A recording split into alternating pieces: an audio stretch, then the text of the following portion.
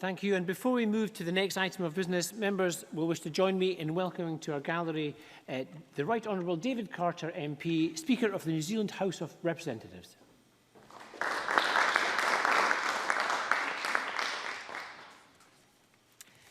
Thank you. And we now come to topical questions. Topical question number 1 from Mark Ruskell. Thank you, Presiding Officer. Can I declare an interest as a councillor in Stirling? And can I ask the Scottish Government how it plans to support local authority action to reduce air pollution? Cabinet Secretary Rosanna Cunningham. The Scottish Government is already working closely with local authorities as they implement their air quality action plans, providing both practical and financial assistance. An additional £1 million to support this important work is being provided in 2017-18. Mark Ruskell. Can I thank the Cabinet Secretary for that response? Clearly, finance is important. This is a public health crisis. There are 3,500 people in Scotland dying every single year because of these air quality problems. But will the Government commit to providing funding specifically for low-emission zones? Cabinet Secretary. I'm sure the member doesn't want me, as the Cabinet Secretary, to tie local government's hands when we give funding over. He will be well aware that there is a considerable debate about that. The funding that currently exists allows them £1 million for action plan measures, £500,000 for monitoring, £500,000 for roadside emissions testing, and £1 million to support wider air quality resources. That has been added to by a further £1 million in the 2017-18 budget. Developing low-emission zones is something which is already a matter for discussion within government and will require local authorities to come forward with their own ideas in respect of it. At that point, I would consider what might or might not be required at what stage in order to deliver a low-emission zone. There are a number of components of any financing of that, as the member probably is well aware. Mark Ruskell. Cabinet Secretary for that further response. I hope we can get some clarity on the exact package of low-emission zones. But in addition to the 38 areas which breached air quality limits, there are also many other areas where particularly NOx emissions and particulate emissions are creeping up. We know that there's good evidence on 20-mile-an-hour speed limits that they can significantly reduce air pollution from diesel vehicles. So will the Government also consider a default 20-mile-an-hour speed limit across Scotland's residential areas, which would be significantly cheaper for councils to roll out than the current piecemeal approach to 20-mile-an-hour zones? Cabinet Secretary. Well, if I could make a few comments about low-emission zones. First of all, we expect there to be an initial low-emission zone in place by the end of 2018, and that is what we are working towards. A great deal of water has to go under that particular bridge before it's in place, and it will be interesting to see how many of the campaign commitments that get made in the coming April-May campaign relate to potential bids to be the location for a low-emission zone. On the secondary question of the specifics about 20-mile-per-hour zones, I'm sure the member is perfectly well aware that I would be not within my portfolio remit if I started indicating for somebody else's portfolio what detailed policies they should bring forward. And it may be that he will wish to raise this again on Thursday after the statement in terms of the climate change plan. Maurice Golden. Thank you, Presiding Officer. My constituents in Johnston and Renfrew will have been alarmed to read that their town is one of the worst places in Scotland for air pollution, according to Friends of the Earth Scotland. Parents especially will be worried about the harm this may cause their children. Unfortunately, there are only 10 air quality monitors, half of which are broken, available to share between every school in Scotland. Will the Cabinet Secretary consider extending access to air quality monitors for Scotland's schools? Cabinet Secretary. Well, I'll have a look at that specifically and get back to the member on the very particular question that he's asking about. I know there are monitoring units in a number of different places, and in respect specifically of schools, I'll check where we are with that. Obviously, local authorities are doing a great deal across Scotland to try and help the situation. It is local authorities who have the statutory obligation to regularly review air quality in their areas and to bring forward plans to deal with that. So as well as raising this issue within this chamber, I hope he's also raising it directly with the local authority concerned. Question number 2, Edward Mountain. To ask the Scottish Government whether the Scottish Ambulance Service is meeting its response time targets in rural areas. Cabinet Secretary Shona Robertson. Well, I know that the provision of ambulance services in the Highlands and Islands is a matter of concern to the member and his constituents. I understand that the member will be meeting with senior Scottish Ambulance Service managers soon to discuss these concerns. In 2015-16, the ambulance service reached 65.5% of its category calls within the 8-minute target against a steadily increasing patient demand. That doesn't mean that other patients face long and extensive delays. Despite the increased demand, ambulance service crews are saving the lives of more patients than ever before. The average response times for potentially life-threatening calls remains at around 7.4 minutes. And while time targets are clearly important, they don't in themselves measure the quality of patient care or patient outcomes. Neither do they take account of advances made in clinical development of pre-hospital care in recent years. And that's why the Scottish Ambulance Service is piloting a new response model announced in November last year. The model has been developed following the most extensive clinical review of its type ever undertaken in the UK, with nearly 500,000 call-outs examined. This will benefit patients in urban, rural and remote communities in Scotland.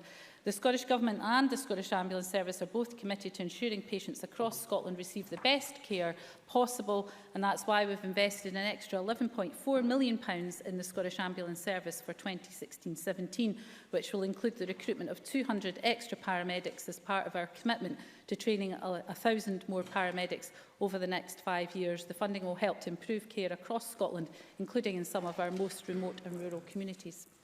Edward Mountain. I thank the Cabinet Secretary for that answer. Although it doesn't resolve all the problems, I'd just like to remind the Cabinet Secretary on the 24th of November, I raised the issue with the First Minister of her mum, who went through labour in an ambulance on the way from Caithness General to Regmore Hospital. Both Aileen and I were promised a report on that, and we still await that. On Christmas Eve, I raised the issue with the Cabinet Secretary of Thomas, a young child who waited over 10 hours for an ambulance from Caithness General to Regmore. I've received an acknowledgement but no detailed response. Today, on the 17th January, I want to raise the issue of 2 mums who had to travel from Regmore in labour in horrendous condition. In one case, the snow gates were closed, which meant that 2 attempts were needed to get her to Regmore in a private 4x4 before she got through.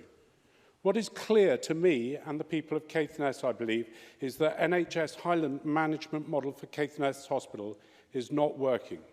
Will she join me, therefore, and the latest convert to the cause, which I'm delighted to welcome, Gail Ross, with asking for a full management review of hospital provision in Caithness and ambulance provision to support that before this whole situation spirals further out of control? Cabinet Secretary.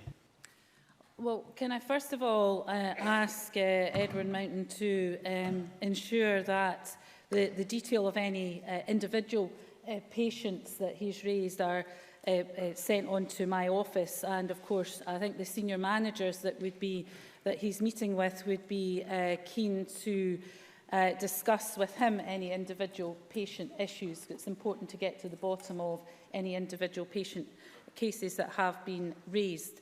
In relation though to Caithness, I'm obviously very aware of the fact that NHS Highland has taken the very difficult decision to make the changes to obstetric maternity services at the hospital, and of course the Chief Medical Officer has kept in close touch with the progress being made. Obviously, as the member knows, that decision was made on patient safety grounds, and although there is no consultation on the issue because of the decision being taken on patient safety grounds, I have made clear that it's very important to keep local people in touch, to allow them to contribute to some of the discussions around the need to strengthen services, not just within the Scottish Ambulance Service, but in Raigmore as a receiving hospital for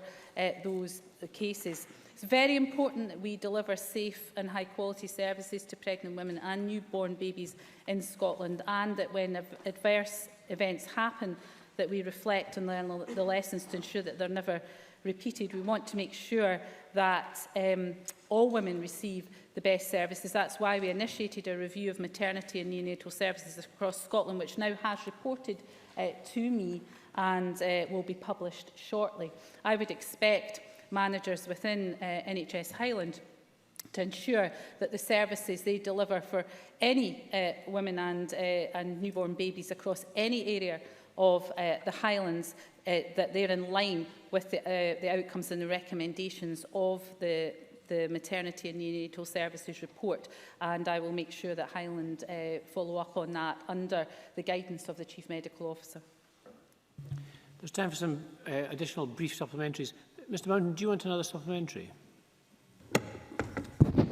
I think, Presiding Officer, thank you. The supplementary, I guess, for Caithness is how services in Caithness can ever equate to the rest of Scotland, where immediately you have a 100-mile trip under blue lights for mums who are in labour to get to Raigmore, especially in conditions where there are snow gates closed and inability for helicopters to get there. So I don't understand how the Cabinet Secretary believes that it will be the same for the rest of Scotland when Caithness is very different by its very remoteness. Perhaps you could answer that.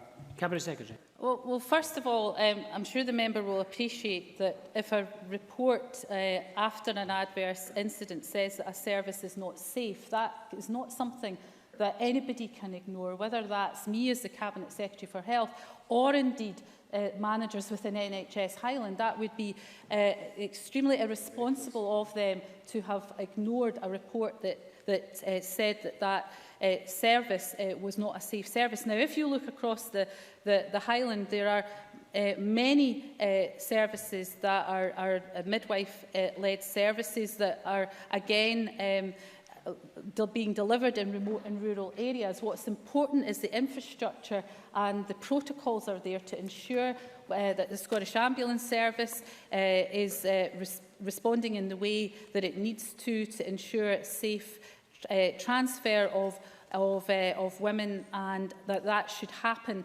at the right time and early enough, but importantly that the receiving hospital, in this case Raigmore, has the facilities there to ensure that women and their families are catered for in a comfortable and welcoming environment. And he will be aware, I'm sure, because he'll have had quite a great deal of local briefing around this, that a lot of work is underway to ensure that happens. I can assure the member I'm keeping a very close eye on the situation in Minister, Highland and in Caithness, as is the Minister. Chief Medical Officer. 3 more questions. Marie Todd, please. Thank you, Presiding Officer. I'd like to ask what are the range of options available to the Scottish Ambulance Service when faced with adverse weather conditions? Cabinet Secretary.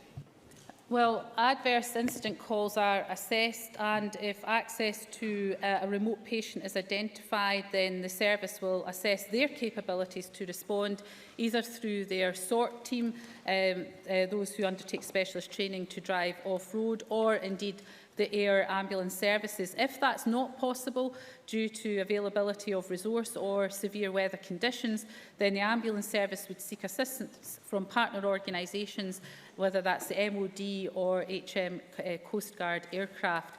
And in certain circumstances, a vehicle such as the Polaris may be requested by a partner organisation such as Police Scotland.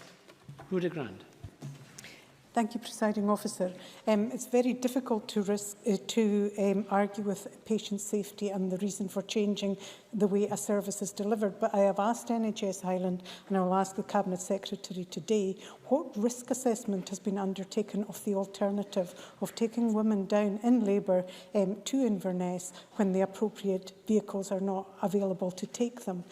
NHS Highland is no locus over the Scottish Ambulance Service, but the Cabinet Secretary has. Will she take steps today to make sure there is adequate provision in Caithness to take women in labour down to Inverness on an ambulance or indeed by helicopter, but certainly not in the back of a vehicle when snow gates are closed? Cabinet Secretary. Well, first of all, can I say I welcome the fact Rhoda Grant recognises the patient safety issues raised about the service at Caithness General, which left senior managers within NHS Highland with a very difficult decision to make, and it wasn't one taken lightly, I can assure her.